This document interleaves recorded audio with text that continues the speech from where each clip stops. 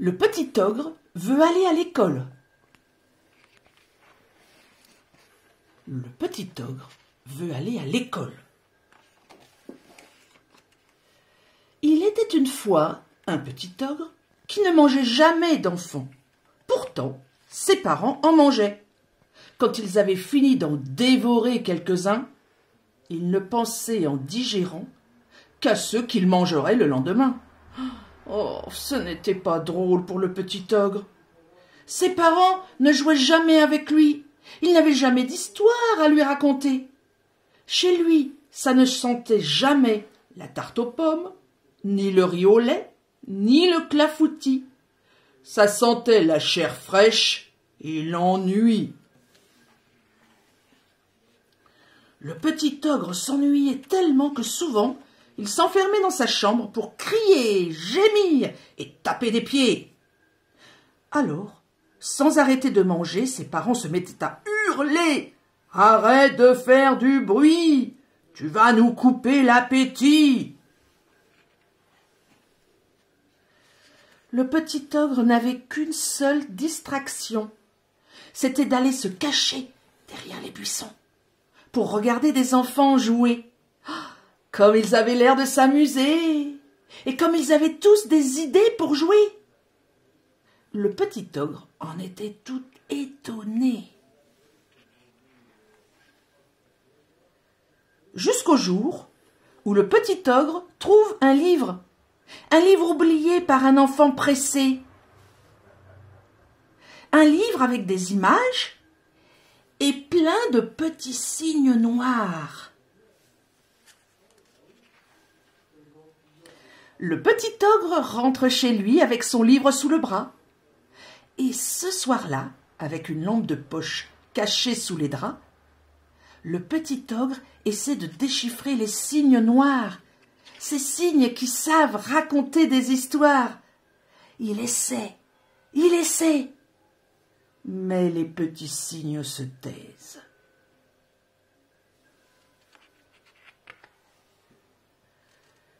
Les petits signes se taisent tant et si bien que le lendemain, le petit ogre est décidé. Il annonce à ses parents au petit déjeuner « Je veux aller à l'école pour apprendre à lire ». Son papa marmonne « Arrête tes bêtises et mange, allez, mange donc ». Sa maman bougonne « Arrête de faire ton malin et mange, allez, mange donc ». Mais le petit ogre refuse de manger. Il refuse tant et si bien que le lendemain, son père l'accompagne à l'école. Il dit à la maîtresse « Apprenez à lire à cet imbécile ou je vous dévore tous !» Regarde le petit ogre. Le petit ogre n'est pas très fier de cette entrée en matière. Mais il va s'asseoir au fond de la classe et il essaie de bien travailler. Le petit ogre travaille tant et si bien que bientôt il sait lire des mots, puis des lignes, puis des livres entiers. Ses parents sont bien étonnés de ne plus le voir s'ennuyer, de ne plus l'entendre crier, gémir et taper des pieds.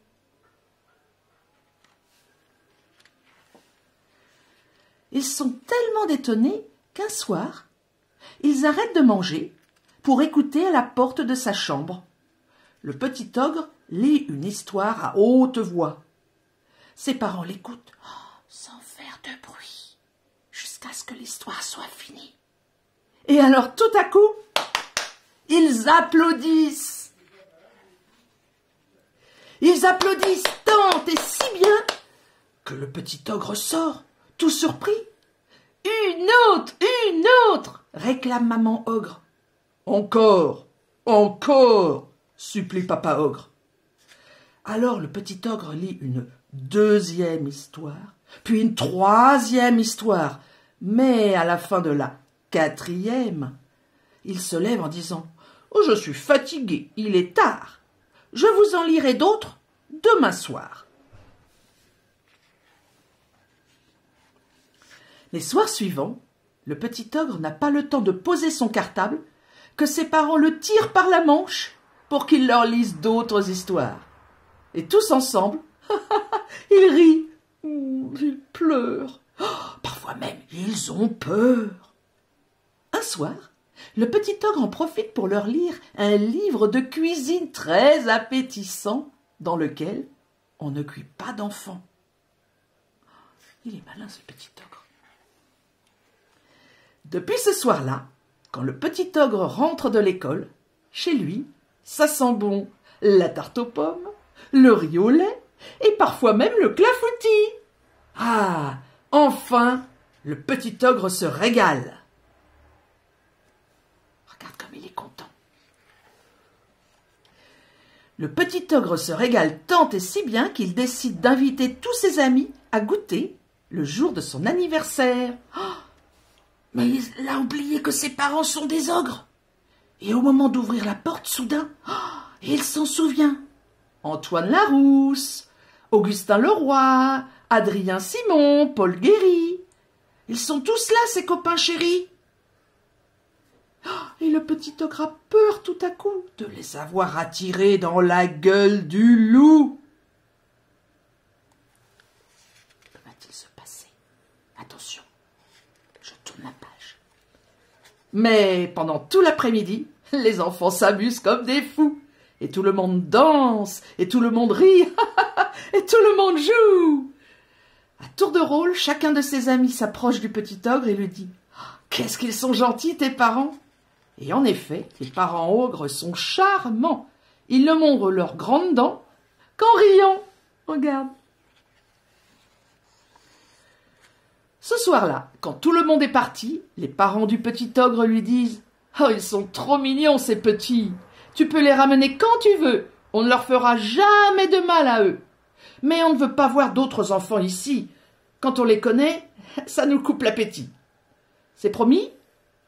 Le petit ogre fait semblant de promettre, mais il se jure bien dans sa tête d'inviter tous les enfants de la terre, à tour de rôle, à ses anniversaires.